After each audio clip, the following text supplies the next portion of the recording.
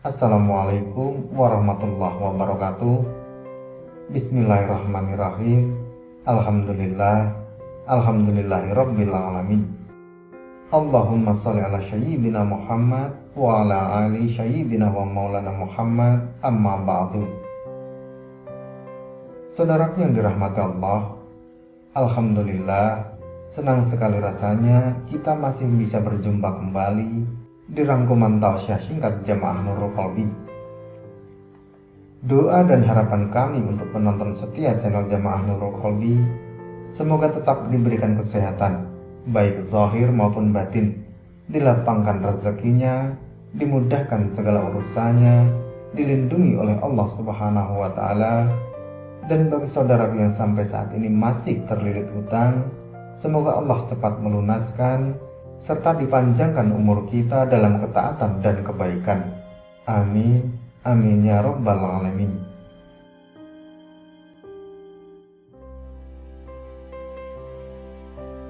Penonton channel Jamaah Nurul Qalbi yang dirahmati Allah, sebagai umat muslim tentu tidak asing lagi dengan as-sirat, atau yang kita sebut dengan siratal mustaqim. Jembatan ini akan dilewati oleh setiap Bani Adam pada hari kiamat kelak. Asy-sirat merupakan jembatan yang lebih lembut daripada rambut, licin, dan lebih tajam dari pedang. Hal ini sebagaimana yang diriwayatkan oleh Abu Sa'id Al-Khudri radhiyallahu anhu. Ia berkata bahwa sampai kepadaku bahwa jembatan ini asy-sirat lebih lembut dari rambut dan lebih tajam dari pedang. Hadis riwayat Muslim. Kita semua pasti akan melewatinya. Ada yang melewati dengan sangat cepat bagaikan kedipan mata, dan ada yang tersungkur jatuh ke dalam jurang neraka jahanam. Semua itu dipengaruhi oleh amalan yang kita kerjakan semasa hidup di dunia. Namun insya Allah Subhanahu wa Ta'ala akan menguatkan kaki orang-orang yang mengerjakan 6 amalan ini saat melewati jembatan asy-sirat. Amalan yang pertama adalah ketertarikan pada masjid. Maksudnya, seorang muslim yang tidak malas-malasan datang ke masjid untuk menunaikan sholat berjamaah, mendengarkan tausiah, menghadiri majelis-majelis, dan lain sebagainya. Hal ini sebagaimana dengan sabda Rasulullah SAW yang mengatakan bahwa masjid merupakan tempatnya orang-orang bertakwa. Dan orang yang bertakwa kepada Allah dengan sebenar-benarnya takwa, insya Allah akan dituntun dan dimudahkan Allah dalam melewati jembatan asy-sirat. Lalu bagaimana dengan para istri atau wanita yang tidak semuanya bisa ke masjid? Insya Allah dengan mentaati segala perintah dan menjauhi segala larangan Allah, maka Allah akan memberikan balasan dengan diberikan pilihan masuk surga melalui pintu mana saja yang ia suka. Masya Allah. Lalu amalan yang kedua adalah ikhlas bersedekah. Yang perlu kita ketahui terlebih dulu dalam hal ini adalah sedekah tidak melulu berkaitan dengan harta. Ada sedekah makanan, tenaga, dan lain sebagainya.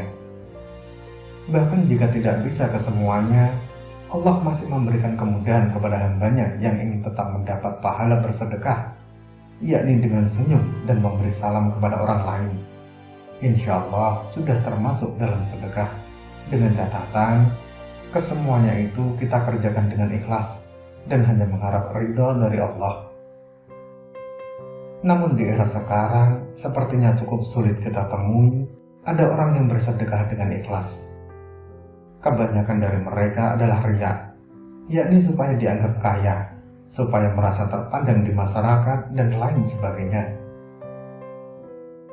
Padahal Rasulullah SAW pernah bersabda, perihal balasan bagi orang yang bersedekah dengan ikhlas, yakni barang siapa berbuat kebaikan dengan bersedekah, maka dia diperbolehkan melalui asy-sirat dengan mendapatkan petunjuk.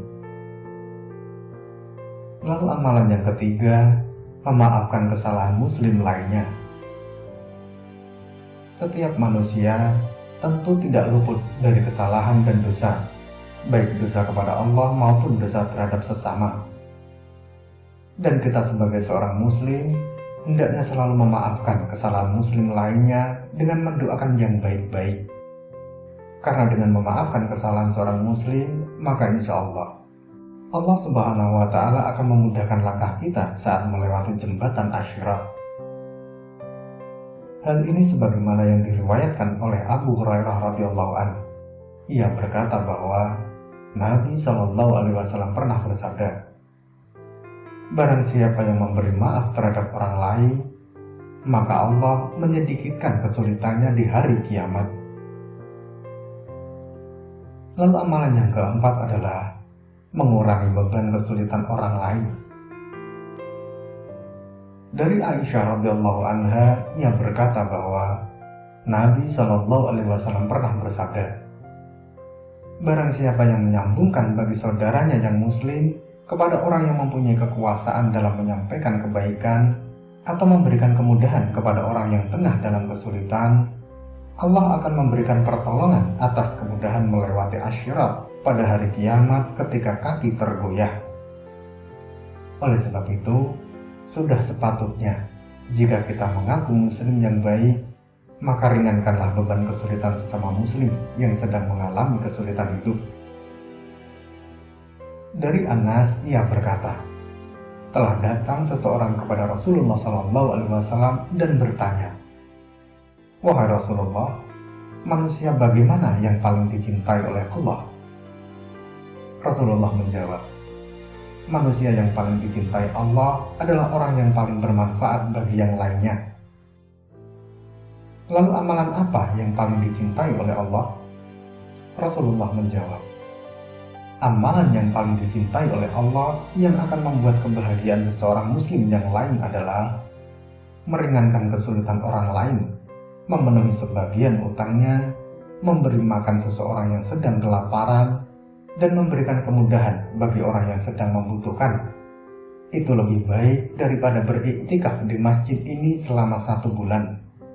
Barang siapa yang melapangkan diri untuk membantu orang lain, Allah akan mengisi hatinya pada hari kiamat dengan keridhaannya. Dan barang siapa yang berjalan dengan saudaranya akan suatu kebutuhan, kemudian dia bisa memenuhinya, maka Allah akan menetapkan 2 kakinya pada hari ketika kaki-kaki akan terpeleset ke dalam neraka. Karenanya, jangan kita melihat siapanya yang hendak kita bantu, akan tetapi lihatlah kesulitannya yang bisa kita ringankan. Insya Allah dengan begitu, Allah Subhanahu wa Ta'ala akan memberikan kita balasan di dunia maupun di akhirat kelak. Lalu amalan yang kelima adalah menjaga kaum mukminin dari kaum munafik. Dari Mu'adz, ia berkata bahwa Rasulullah SAW pernah bersabda, "Barang siapa yang menjaga seorang mukmin dari gangguan kaum munafik, maka Allah akan mengutus baginya seorang raja yang akan menjaga dagingnya pada hari kiamat dari panasnya api neraka. Dan barang siapa yang menginginkan seseorang terjerumus pada suatu kejelekan, maka Allah akan memasukkannya ke dalam jahanam sampai dia mau mengakui apa yang dikatakannya." Hadis riwayat Abu Dawud. Oleh sebab itu, hindari sebisa mungkin untuk menyesatkan saudara muslim lain, baik melalui perkataan maupun perbuatan, sekalipun hal tersebut hanya sekedar candaan. Insya Allah dengan begitu, kita bisa menjadi salah satu hamba Allah yang akan dimudahkan saat melewati jembatan Asy-Syirat. Amin, amin ya rabbal alamin. Wallahu a'lam bishawab. Semoga materi ini bermanfaat. Sampai ketemu pada materi berikutnya.